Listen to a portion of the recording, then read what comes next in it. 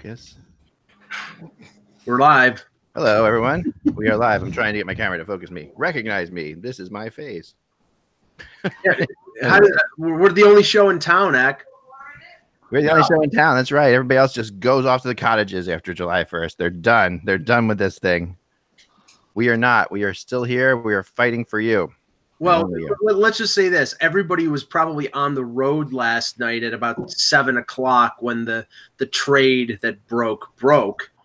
And so I mean, it wasn't timed conveniently. We'll talk about it in a minute. But Ross, you had pre-show stuff? I do. I saw that John Sterling was in the news because he's going to miss some games this weekend. The first time since 1989, I believe. He had a streak going.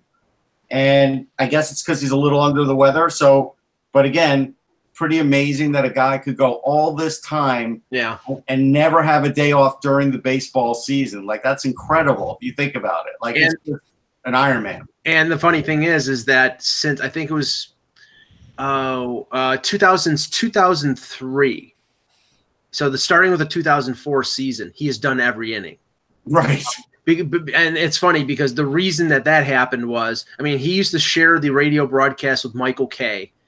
They used to alternate. Then it was him and Charlie Steiner. Right. And when Charlie Steiner called the Aaron Boone home run in Game 7 of the ALCS against Boston and got the call, I think it pissed off Sterling because Sterling was basically says, I'm not sharing the broadcast with anybody, and if there's going to be a call, it's going to be mine. Well, and Charlie Steiner's been called verbal Ambien before, so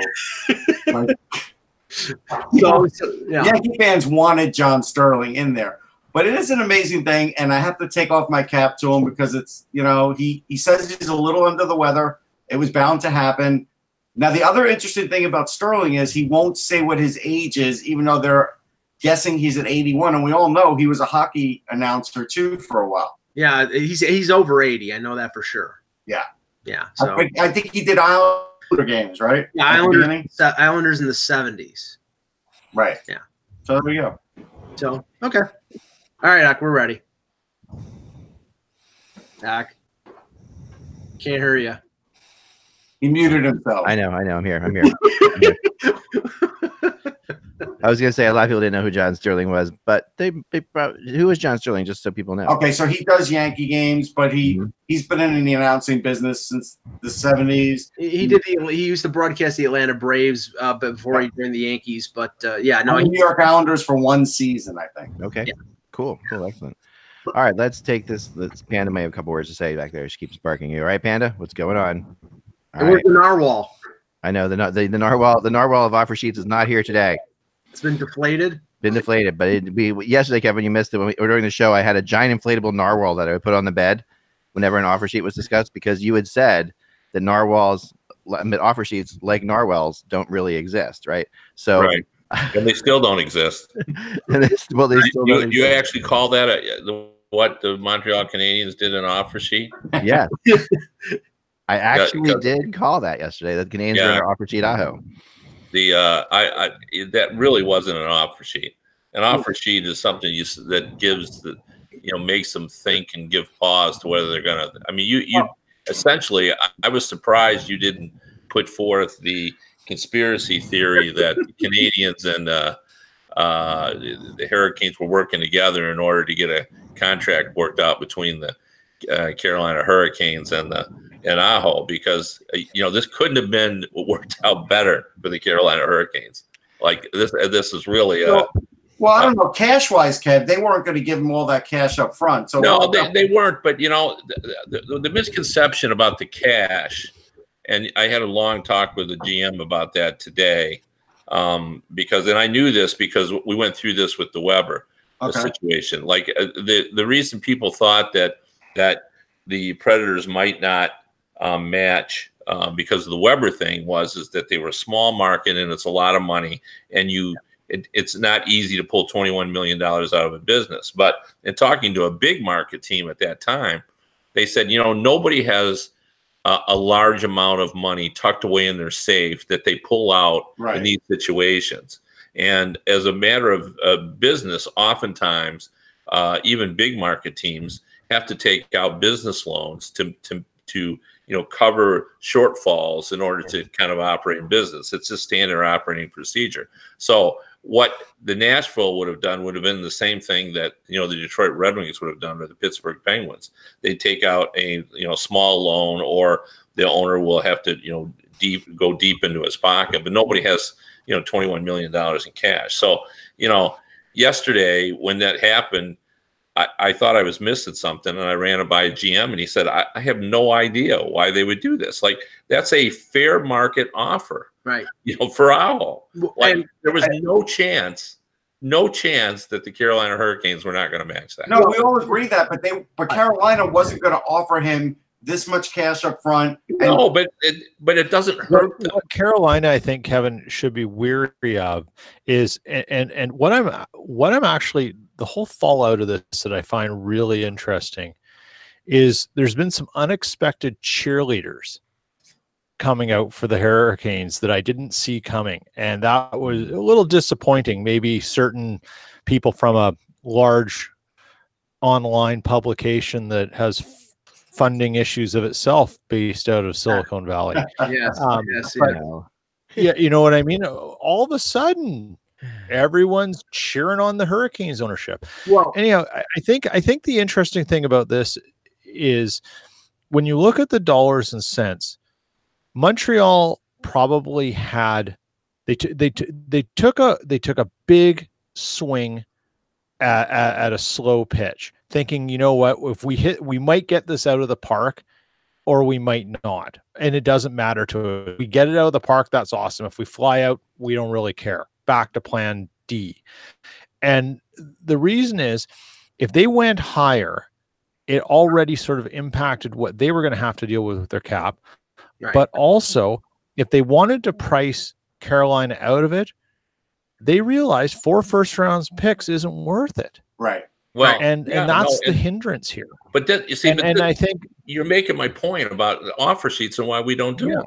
right. yeah, no, I agree with you. I Okay, totally I think agree. Now with you you. guys want to hear the exact opposite opinion of all of Well, them. let me- here, but just I'll wait. I'm waiting.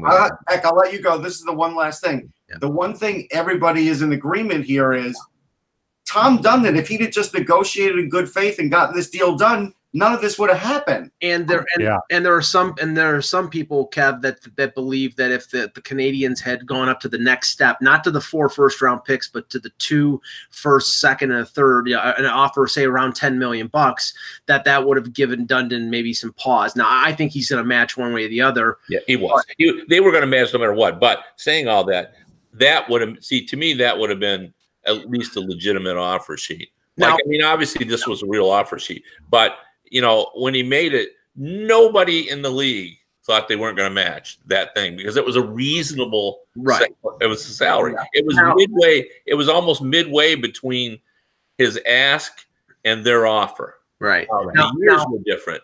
Right. That But was now what I said yesterday, I want to get your thought on this, and then acts like a caged animal here waiting. I'm not. I'm sitting. Just listening.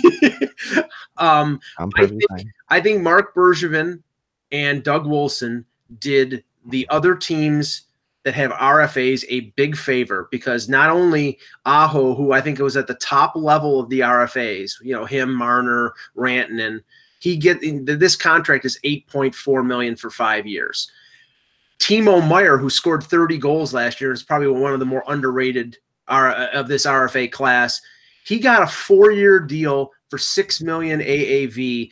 And San Jose is walking him right to the doorstep of unrestricted free agency.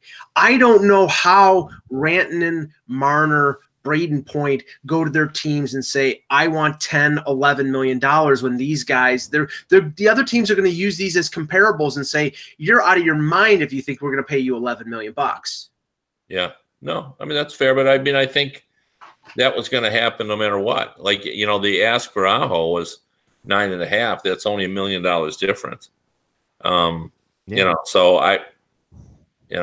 I just think it was, if we were going to have an offer sheet, it would have been interesting if they would have done one, which is, what everybody thinks an offer sheet is, which is, you make it a really difficult contract to match. Sure. And they didn't do that. Yeah. In fact, even Waddell said yesterday, before announcing that he matched, it made his summer easier because this negotiation was going to stretch out.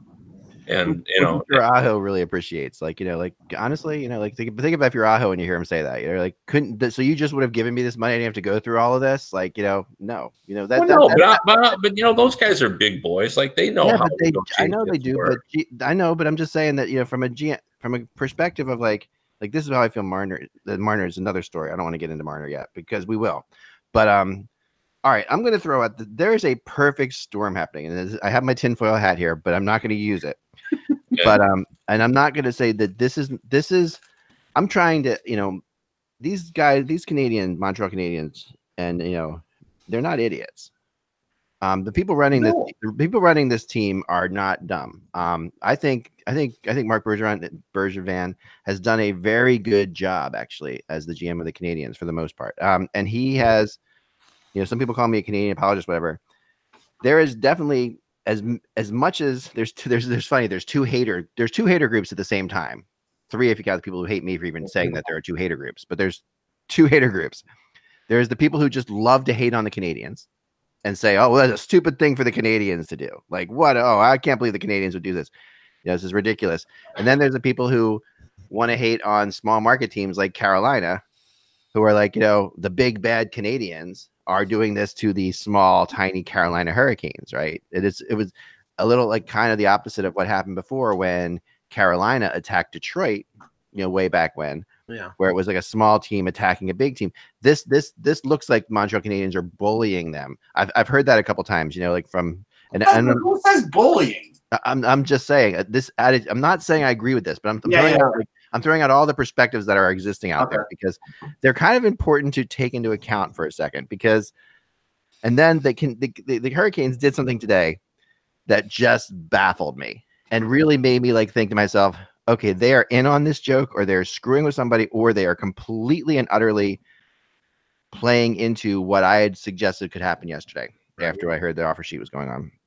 What did they do? And they put their press release out, and what their press release was. I will read it to you.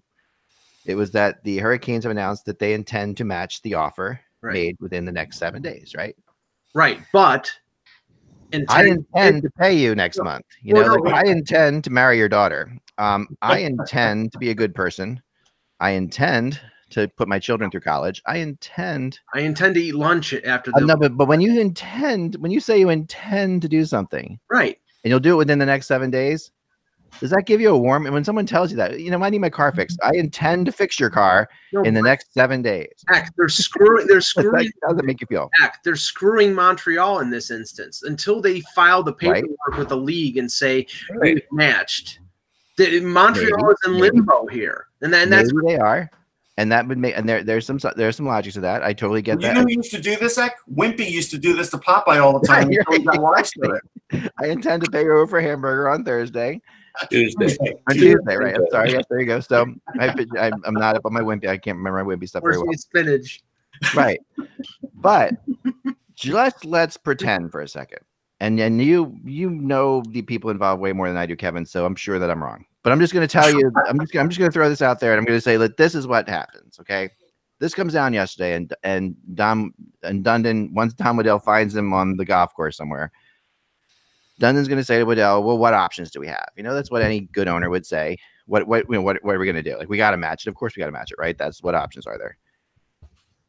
We could match it. Of course, that's the simple option. And then we're going to be up for all this money, which is we all know is something that Dundon hasn't proven that he wants to do, is spend a lot of money out of pocket. He will get a loan, like you said, Kevin, because he won't go cash poor. Well, he doesn't really need to. I mean, he handed over $70 million to the AAF, so he obviously has access. But he won't pay Don Waddell twice for being a GM and a president of the team or whatever. So so there's different kinds of things that are going on there. Right. There's all he picks weird places to put his money, and I think the NFL thing was a specific people that rich need tax losses. That's really what it felt like to me. So let's just throw off this thing for a second. So he says, okay, we're going to tell the Canadiens that we intend to match this, and just hear this out. The Canadiens turn around and say, okay, they intend to match it, but and we know that we didn't. The Canadiens, all the while, they're not dumb. They know that the compensation isn't enough for the player they're getting. They know that Aho's worth more than a first, second, and third. Right. They're going to sit there and they're going to say, okay, we know that. So but what they have done, in my opinion, because I heard another team was considering offer sheeting them the higher level above. And that compensation gets closer to being right. And maybe could be right. And I think that for the two first round draft picks, that's a little more serious. But let's just say for a second, the Canadians know that this is not enough. But they want to start a conversation about Aho. So they put this offer sheet on the table, really making it difficult because of the whole way they structure it, of course, which is what people do with offer sheets. And now, in the meantime, between now and 6 days from now, they can talk to the Hurricanes about stuff. Right. Actually, Bergevin, I think, spoke to him yesterday.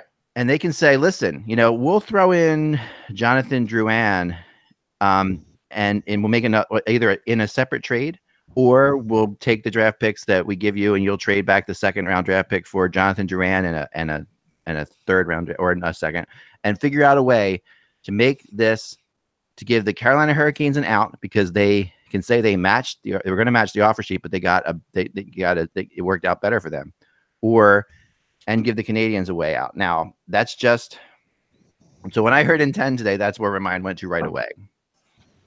I know it's a very long shot, but yeah, and I know that it's probably not going to happen. I'll give you one more long shot, Eck.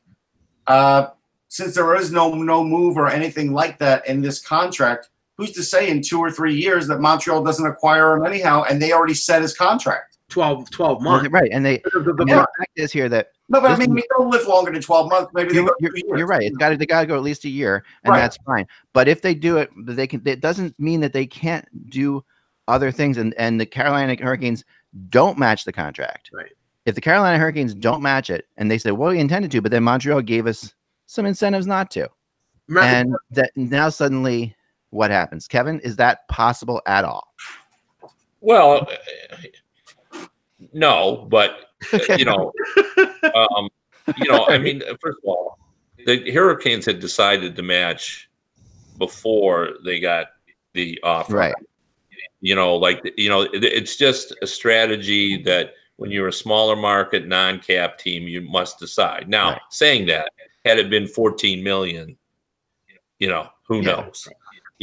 But they were thinking that it was, probably that someone might try to come in at, 10 million, and they were going to match that. I'm reasonably confident of that. Yeah. But saying all that, I mean, you never say never, like, because you never know what people are going to offer. Now, Jonathan Drouin is not on their radar, right? So that's not a trade they're going to do. I mean, but there might be somebody that is on their radar in Montreal. Well, yeah, I mean, but I don't like these scenarios, these hypotheticals, because Wayne Gretzky was traded. So I mean, it's always possible if you throw enough, would the Edmonton Oilers trade Connor McDavid? Of course not. Well, but if a team came in and offered him, $50 million and I mean, 10 draft picks, or the Oilers were losing money. The Oilers traded Gretzky, right? There's something interesting too. Somebody translated Renaud Lavau's tweet that said Aho actually would like to play for the Canadians. Right. Well, otherwise he wouldn't sign the offer sheet. Correct. Well, just like Shea Weber wanted to play for the Flyers. Well, and I'm glad you brought that up, Beck, because I remember, many a buzzcast that we did after the Weber signing. Yeah. And you were saying they're not going to trade Shea Weber because they paid all this upfront money. Yeah. And they ended up doing it because apparently David Poyle, I've heard reporting on a lot later, Mike. I mean, it was a lot later. I'm not saying that there's no reason to trade him like quickly, because you had to at least get your money out of him. You're putting all that money up front. You want to at least get several years. But they went how many years before they traded him? But David Poyle determined after he had signed that offer sheet, that eventually he would trade Shea Weber. And that may be the case with Don Waddell and Sebastian Aho. You match it. You don't lose the asset. He's probably going to have a great season next year. His value will probably increase. You're going to pay all that upfront money. That doesn't mean that they're not going to do what Colorado did with Ryan O'Reilly, which was match the offer sheet and then 12 months and 1 day later trade his ass. That might be what happens. Right. That's exactly what happened with Ryan O'Reilly. But I mean, you got to remember too, and this needs to be factored in there because it hasn't come up yet. Sure. You know, this is a team that's just trying to rebuild its fan base. Sure. You know, Sure. you don't rebuild your fan base By trading. by letting someone come in and take your best player. True. You Right. don't No, I rebuild totally your fan base by trading the guy 1 year and 1 day later. I You know, agree. Right. like that's why a lot of these scenarios didn't make any sense to me, because he's just too important into everything they're doing. Now, my scenario that I said, Kevin, honestly, was given to me, and this is why yesterday, if you follow my tracking yesterday, what I wrote on this during the day, I started the day off by saying I heard that the Hurricanes and Canadians, or the Canadians wanted to talk trade with the Hurricanes, and we're thinking about hanging the Aho offer sheet over them to get Aho out of there. Which was what Brian Burke did with Kessel when he was in Boston. Right. Yeah. And as the day went on, and I heard that other offer sheet might be coming in, that was when they did what the Flyers did with the Shea Weber thing. When the Rangers tried to get in, the Flyers basically said it's going to be either Nashville or us. It's not going to be the Rangers. So the Canadians said it's going to be Carolina or us. It's not going to be the Islanders. Say. Well, but I think that my scenario that I'm saying, and the reason they went in so low, is they actually, and I've heard this from sources in Montreal, were thinking what I'm saying.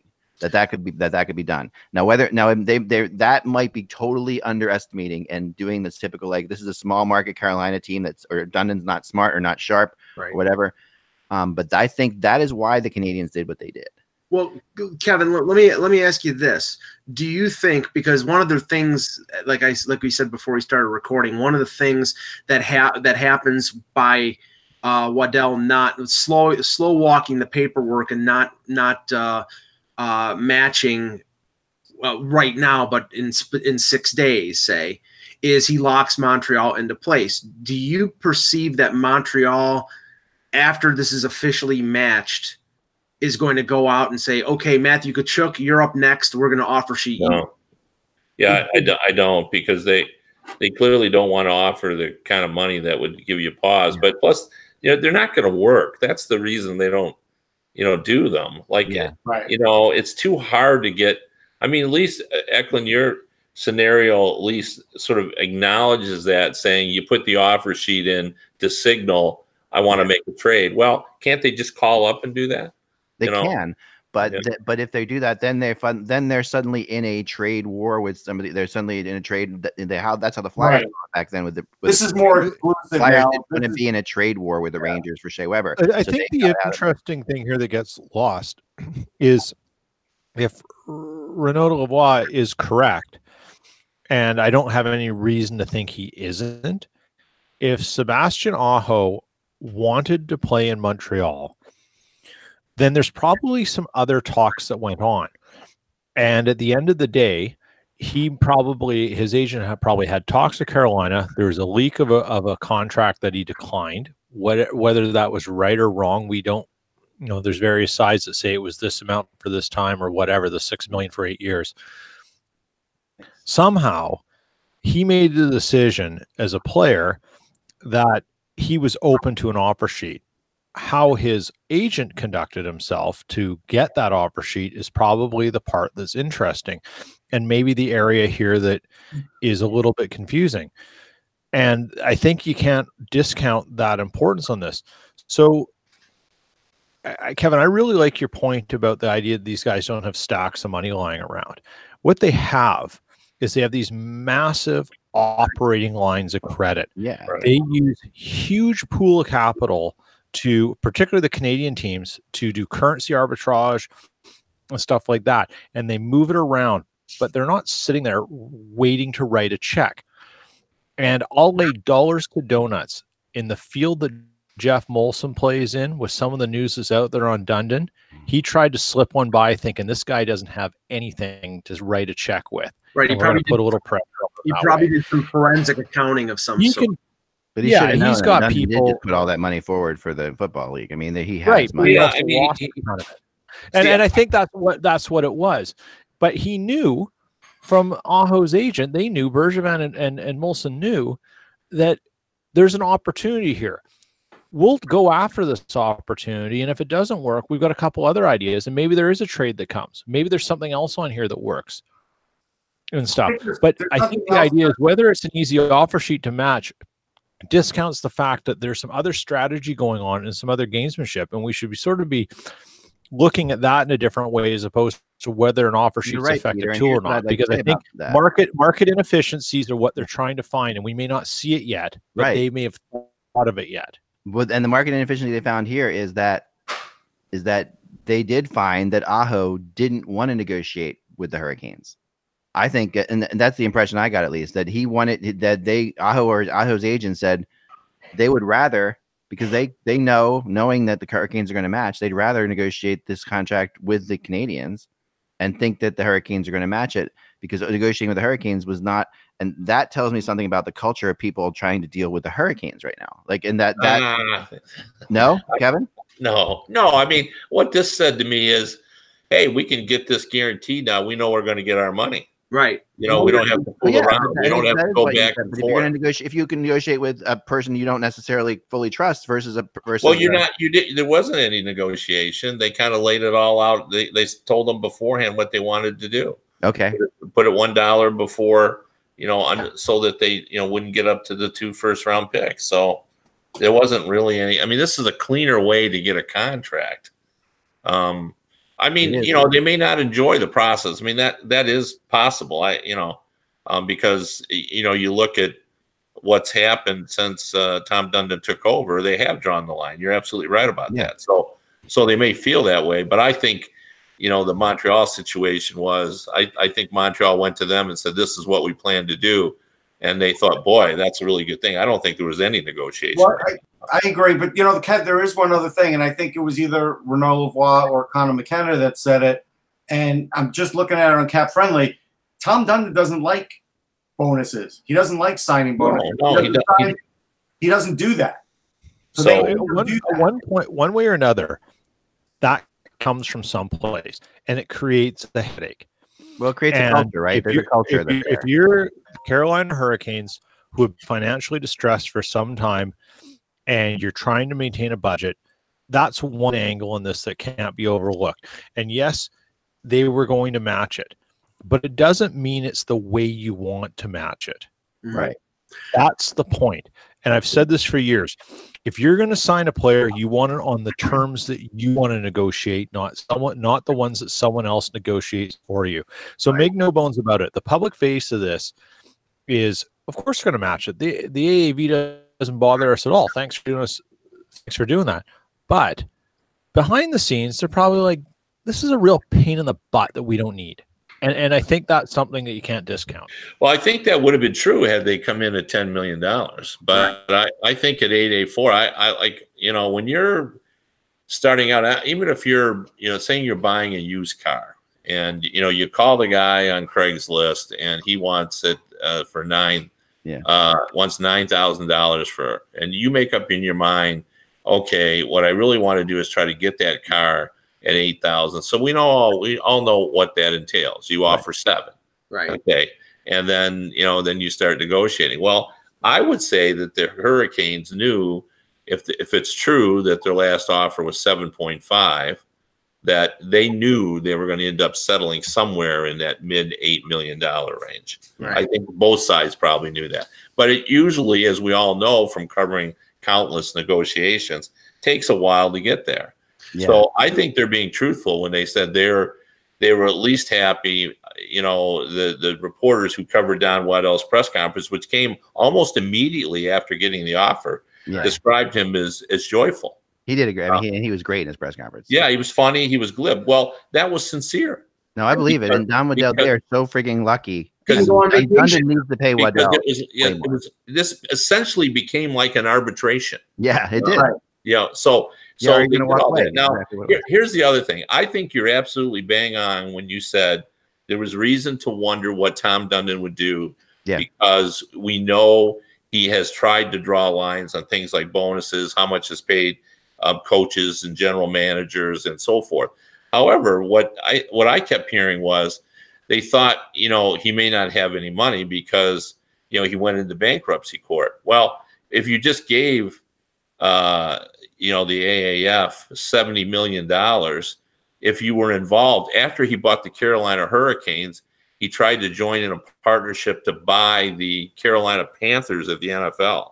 Yeah. That does not suggest a guy with no money. Yeah. Now, so I think it is fair to say, that he is being a contrarian in terms of the way that we do things in the NHL. But I don't think, it wasn't a money thing. Like I think he has no problem getting $21 million. But who's his agent? It's the same one that has. Let me think. Is it Marcus Leto? No. Same one as Braden Point. Yeah, that's right. That's the one. Yeah. Same one as Braden Point. That's which is interesting too, for a whole host of other reasons. Right? Because maybe he would look to go the same direction, right? I kind of want to shift gears a little bit from this into another situation. I'm sorry. Do you have something else you want to add to this, Mike? No, not to this. I was gonna try to move on, but go ahead. Yeah, no, I'm gonna move on because I'm gonna move on to one thing and then we'll go to something else. This won't be very long, but the situation that happened with the Islanders yesterday, and the one thing that we had said, like, because I do like to self-proclaim myself the Lou Lamoriello whisperer because I've learned a lot about him from other people and not from him, of course, because no one ever hears anything from him. So that's why I call myself the Lou Lamoriello whisperer. But it is fascinating. It was so fascinating to hear the news come out today because didn't I talk about this? How many times did I talk about this? That Anders Lee, they came up with this contract before the season started. And Anders Lee was never going anywhere, regardless of where Panarin went. I'm sorry. I'm not sure. I think if I believe it 100% because Lou's done that before. No, I think if Minnesota would have outbid the Islanders, they would have lost Anders Lee. I think he went back to Anders Lee when the market shrunk on Anders Lee. Minnesota was not interested in Anders Lee. I talked about that. Hold on, and he struck out on a lot of other players. He went back to Anders Lee, and he got him. I got a text the minute Anders Lee signed from a great Islander fan. You know what it said? We didn't get anybody new. Right. The plan was to get somebody new and get Anders Lee. That was the plan. Didn't do that. And no, they could do it. The only thing that they didn't know was how many years they could do it for. Like they knew they could do $7 million, but what they didn't know was the years. And this is what came out. Arthur Staple, a bunch of people wrote this article today. That is, Lou doesn't lie. Lamoriello doesn't lie. And Anders Lee doesn't lie. They both said we never talked to anybody else really. This was it. And when I went around, and I went to like the Wild yesterday and stuff like that, they hadn't talked to Anders Lee, and that wasn't going to happen. So it was interesting to me that Lou actually this is Lamoriello. Why did he wait until middle of the day yesterday? I don't buy it. It was done. He was going to do it whenever he had to. So Lou waited till the middle of the day because he waited until after Panarin signed with the Rangers. The Panarin thing happened way earlier in the day. He waited a long time before Anders Lee was signed. I think he circled back. Let's just say this. Maybe what Lou is saying is true, or maybe what people we always did. Ask John Madden, ask Rafalski, ask all these guys. What I'm saying, Ak, is I think the front burner issue for Lou going into July 1st was Panarin, and he left the Anders Lee situation hanging, and only when he missed out on Panarin did he circle back to Lee. And from every report out there, they were offering 5 years or 6 years. All of a sudden, he gets the 7th year. All right. Again, no one knows anything with Lou, so any report out there is not real. We do know. Robin Leonard spoke about his negotiations with Leonard's Lou. different. I'm talking about, but I know, but I think we should talk about it because I think in today's market, what Lou did with Robin Leonard rubbed him the wrong way for sure. It did, and that's a different topic. That's the guy who said he wanted to play for that team. Of course, wasn't going anywhere, and he didn't get a lockdown deal, which is crazy. But Lamoriello marks his guys as this guy is one of my cornerstones, and when he had not tell Leonard that he didn't tell Leonard that. Right? Why not tell him? Because he didn't see him as that guy. Right? They didn't trust him. Yeah, but he should tell him that because Leonard basically thought there was a chance he could go back. That's why he said what he said. And then when he didn't get the offer, he was like, "Well, I don't think Lou ever said there's no chance we're going to take it back." I don't think Lou ever said there's no chance we're going to take it back. There was a chance he could come back, but he did tell. But I think he told Anders Lee, "You are coming back." Go ahead, Kevin. Yep. I agree with Heck on this. I think Anders Lee was told he was coming back. I think that fits into his history and how Lou kind of does. I think he felt he could get both Panarin and Lee. Yeah. And I think that they had already talked. I mean, you got to remember, Lou Lamoriello has a history. I've talked to guys where, when negotiations are ongoing, he's done things like he writes a number on a napkin and walks to you in the locker room and say, if I offer you this, will this work? He has, players like Lou Lamoriello. That's one of the things that people, don't realize. Yeah. And if Lou Lamoriello and Anders Lee said that they knew they were coming back, his word is his bond. So sure. I would say that that's true. And with regard to, I think what's come out since all this kind of thing is they just weren't like Leonard, like they wanted to get him back, but at their price. And if they didn't, they were prepared to go elsewhere. I think, and again, this is me reading the tea leaves. No one told me this, but I got the impression they thought a lot of Leonard was their system. Okay. And they thought they could plug other people in. Now, I can't speak because I don't know about how they treated Leonard in that, because they certainly owed him to tell him, look, shop yourself around because we don't know if we can get back to you. We don't know how much money we'll have left. So. I think they did tell him that, because I mean the reason I thought that from the beginning was this. I had a good friend of mine who was at the locker closeout day for the Islanders and talked to Robin Leonard, when everything was said and done. And he said, after talking to Robert Leonard, he called me up and he's like, he knows he's not coming back. That's literally what he said to me. He said Robin Leonard knows he's not coming back. So I think they did tell him that, but they said there's a chance. I don't know. I don't know either, but I'm just. I don't think Leonard would have done what he did. The one thing he said was, when he said there was a rumor that he walked away from an offer, he said there was no bona fide offer to walk away from. And that's basically like there's conversations that says, hey, we'll give you this. Let me know. And he said there was an ultimatum set. And so I don't think he's making that up. Well, I don't think he is either. No, Kevin, let me ask you. I don't think that's the issue. Of the big free agent signings yesterday, Duchesne with Nashville, Bobrovsky with Florida, 7 years, $70 million, Panarin with the Rangers. Which one do you think is the best deal, or the one that makes you scratch your head a little bit?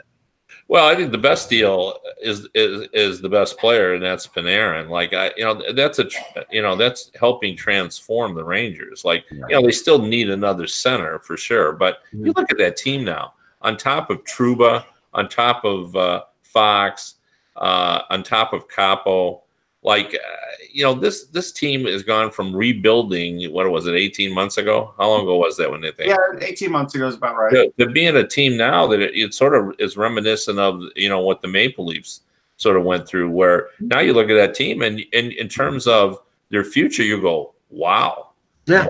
There's a lot to love about the Rangers now. And, Panarin, and I said this yesterday, I don't understand why hockey and baseball's like this too.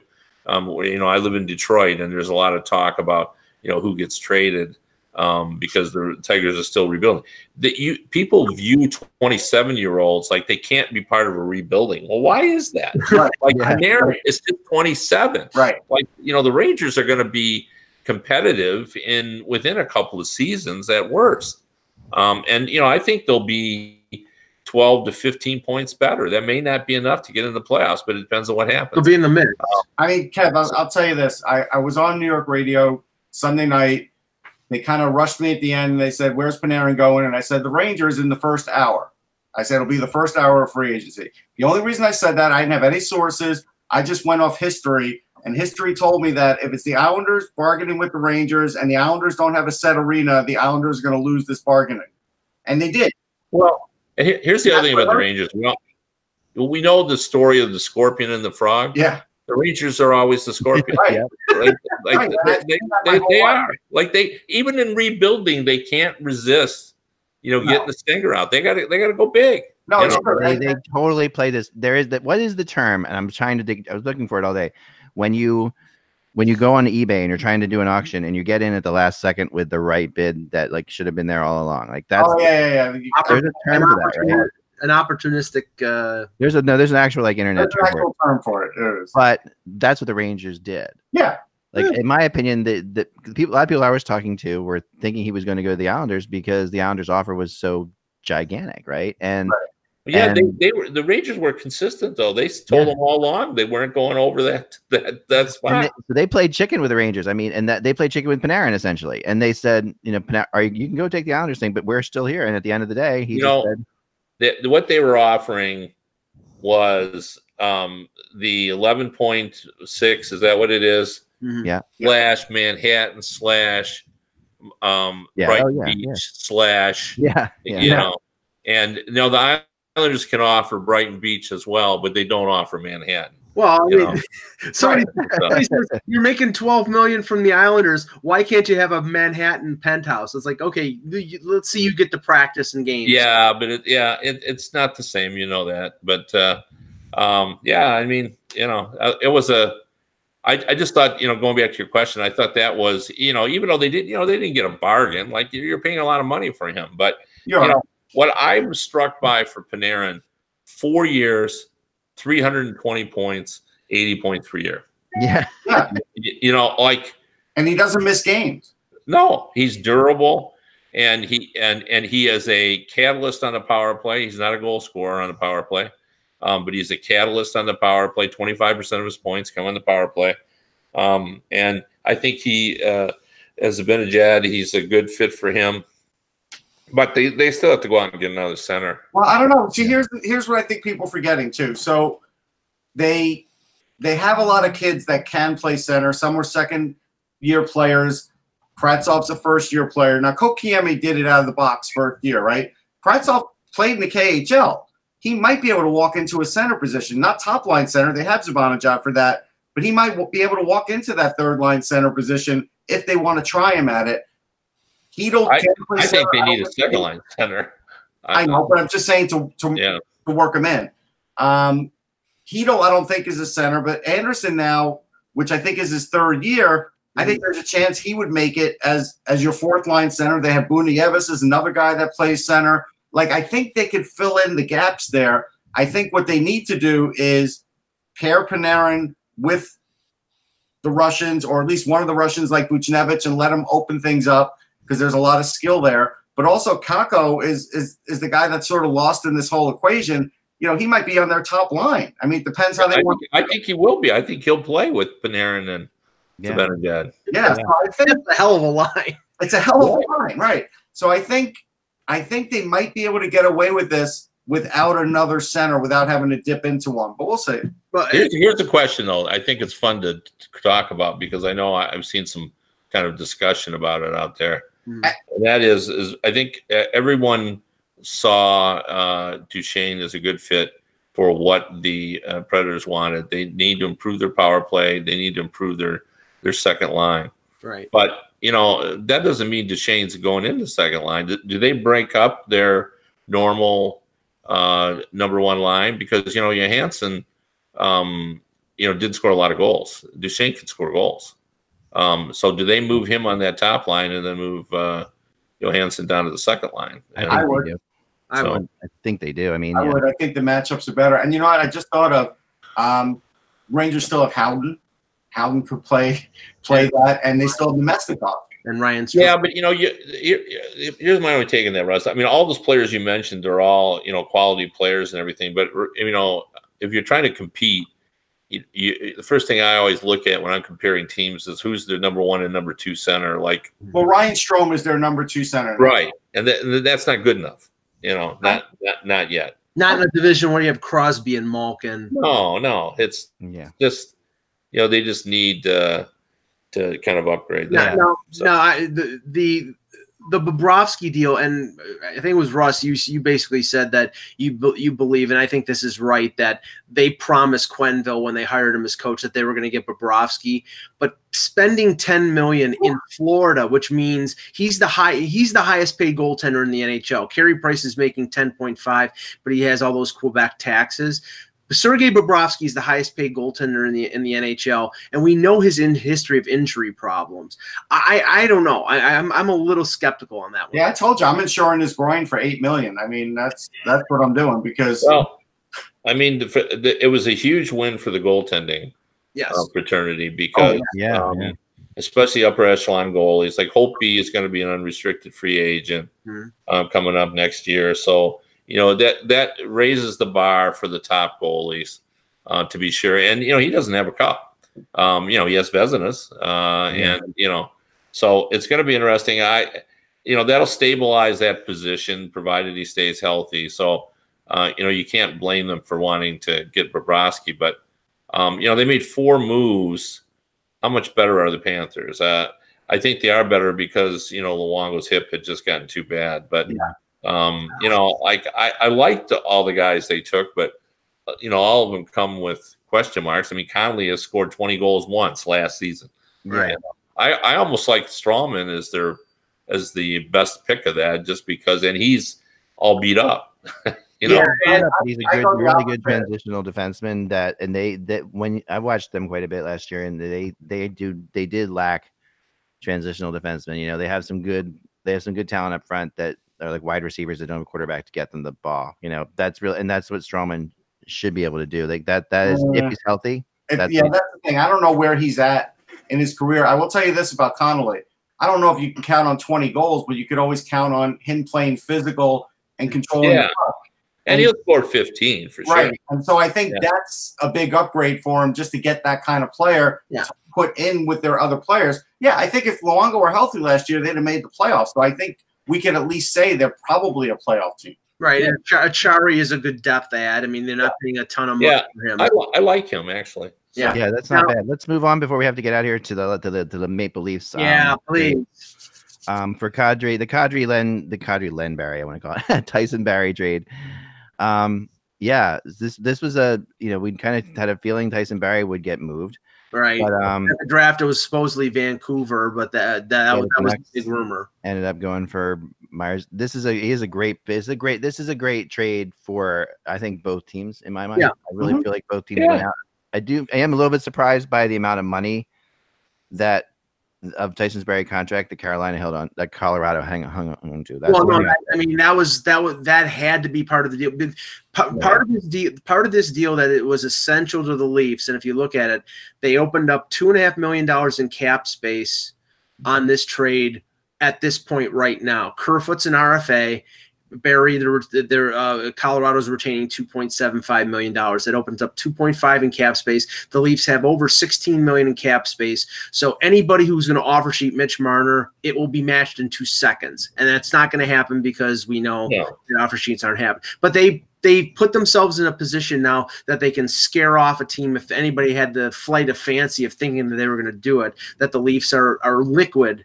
And then that they have the flexibility to be able to match it. But I also think, Kev, they're and I'm not saying it's the best top 4 in the league, because it's not. But their top 4, as opposed to what it was about 2 or 3 years ago, is miles ahead with Riley, Barry, Muzzin, and Cody Ceci. That's a hell of a lot better than having Roman Polak and Ron Hainsey in your top 4. Well, because Gardner to Barry is an upgrade. I mean, Barry's an upgrade over Gardner.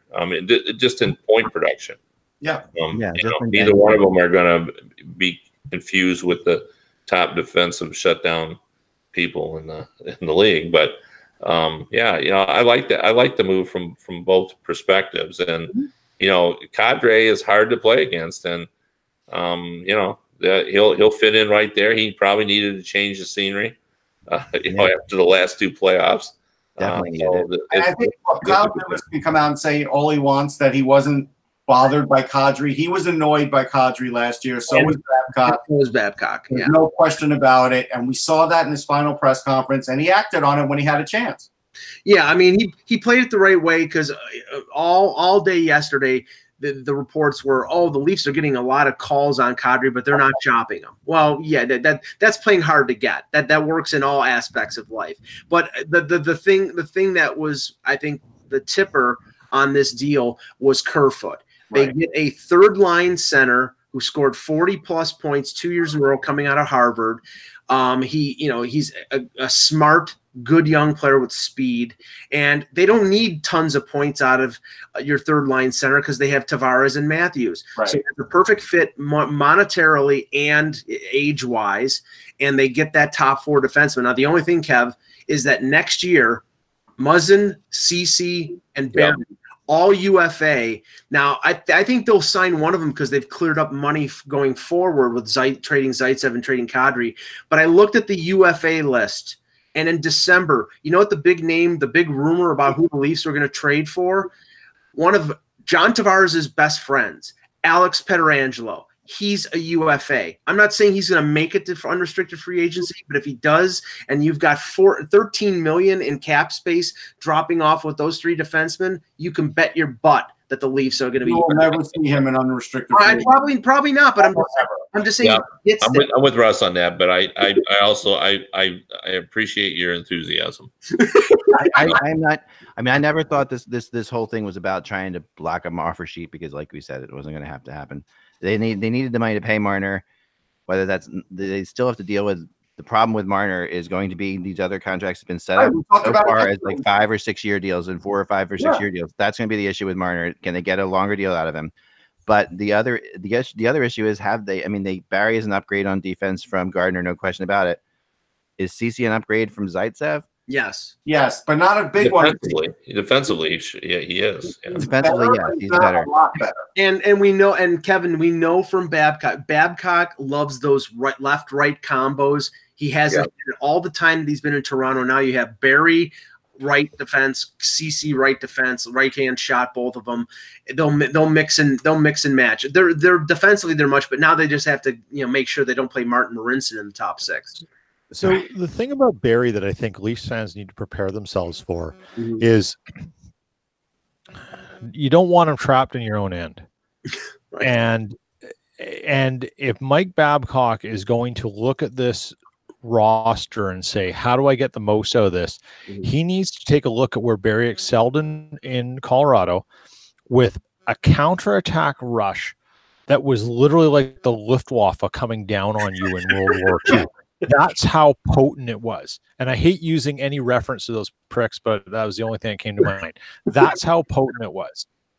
And if he can't figure that out with Marner, Matthews, Tavares, Nylander to build a transition game that relies on speed and attack, he's not going to get the most out of Barry. And you're going to find that if he goes back to old Babcock ways, the long knives are going to come out around for Barry from Leafs fans. Trust me, he works in one way, not both.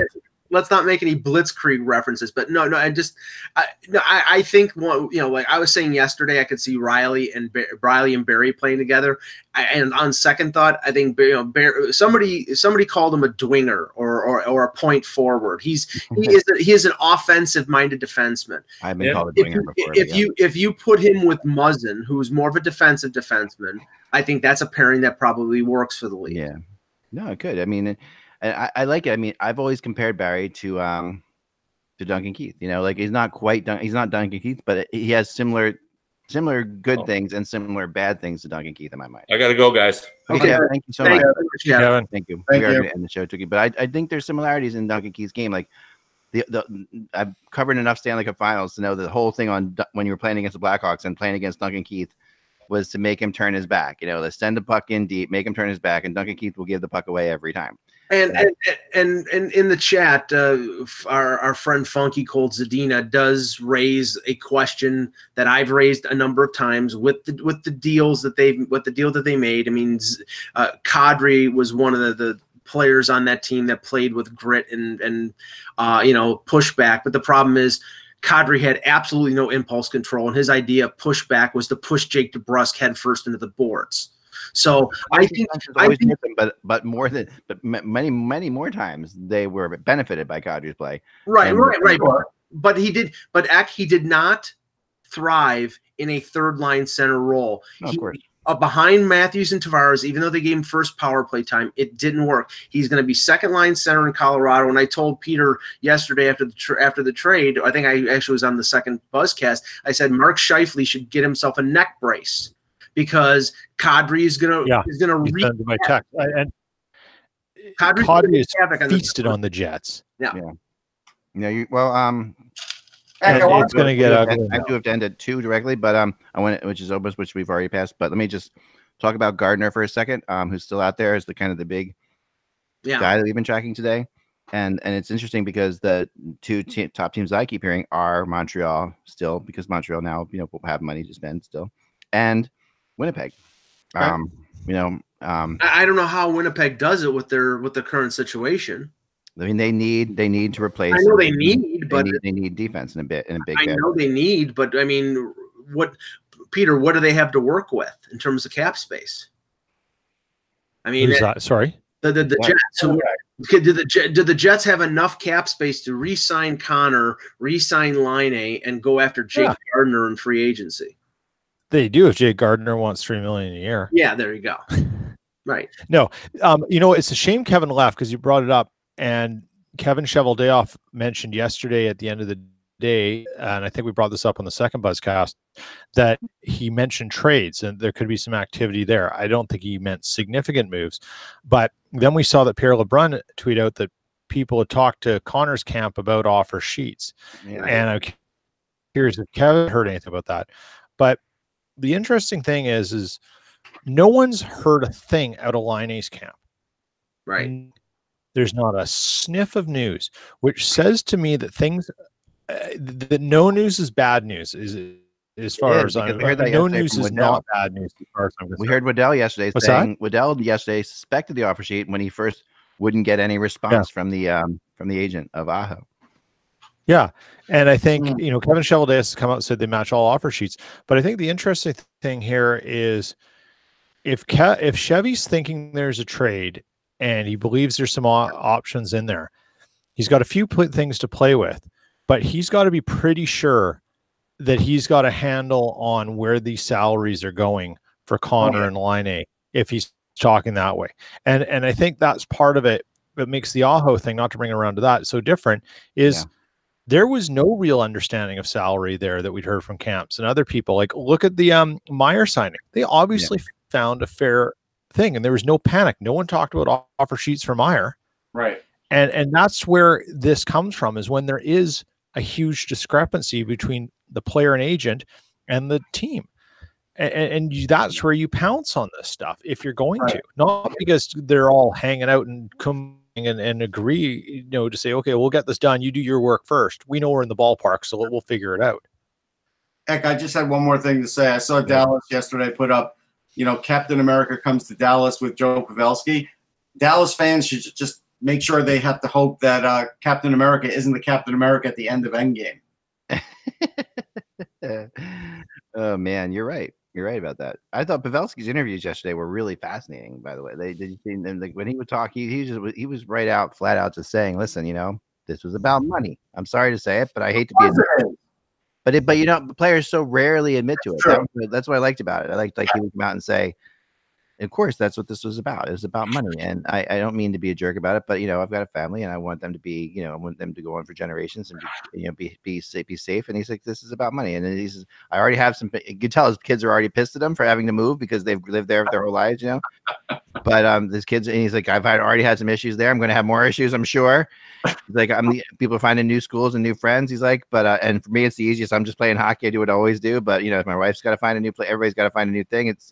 I would be pissed off if I had to move from Northern California to Dallas. If you're a kid, you are. It doesn't matter. I mean, all his kids have known is this. This is the life they have. This is what they do. So they're sitting back and they're like saying, "Oh crap," like I know our dad's a millionaire, but I got to move. It doesn't matter. I'm really pissed. But can I have an iPhone 10? Thanks. No, I know. There you go. So I thought it was really honest of him, though. That's what I liked about it. Is it was like, wow, this is. And there was definitely something else that we'll never know happened in San Jose. There's something that went on there, and whether or not it's like a Vander Kane thing or whether it's I saw the indication that the only sort of tentative offer that they made was a 2-year deal for around $6 million, which means, I said it yesterday. Once they signed Evander Kane, that was essentially the money that was supposed to go to Pavelski, and that was walking Pavelski to the door. Right. Yeah. I very well might have been. I mean, San Jose's problem is, and I think they did the right thing here, they can't hold on to too many players that'll be beyond 35 years old on their roster. Yeah. You just can't do it. But they're going to bring a 40-year-old back in a couple days probably because they're going to resign. They're going to resign Marlowe. Well, this does show you, clearly, this is another. And there are the two camps there. This is why Couture doesn't like to talk about it. There is definitely a Marlowe, Thornton thing and a Couture Pavelski thing, and that's always been the case. So it's like Couture is now on an island by himself because Marlowe's back or is going to be back eventually. But you know what's funny? He might be on an island himself. He's still their best player, so it doesn't matter. And he's going to be their captain. So yeah. All right, that's all the time we have. I just put food in my mouth, which is stupid. I had a peach today, a good Jersey peach. I'm so hungry. All right, we'll talk to you guys soon. Remember, without the buzz, it's just hockey. We will talk to you tomorrow.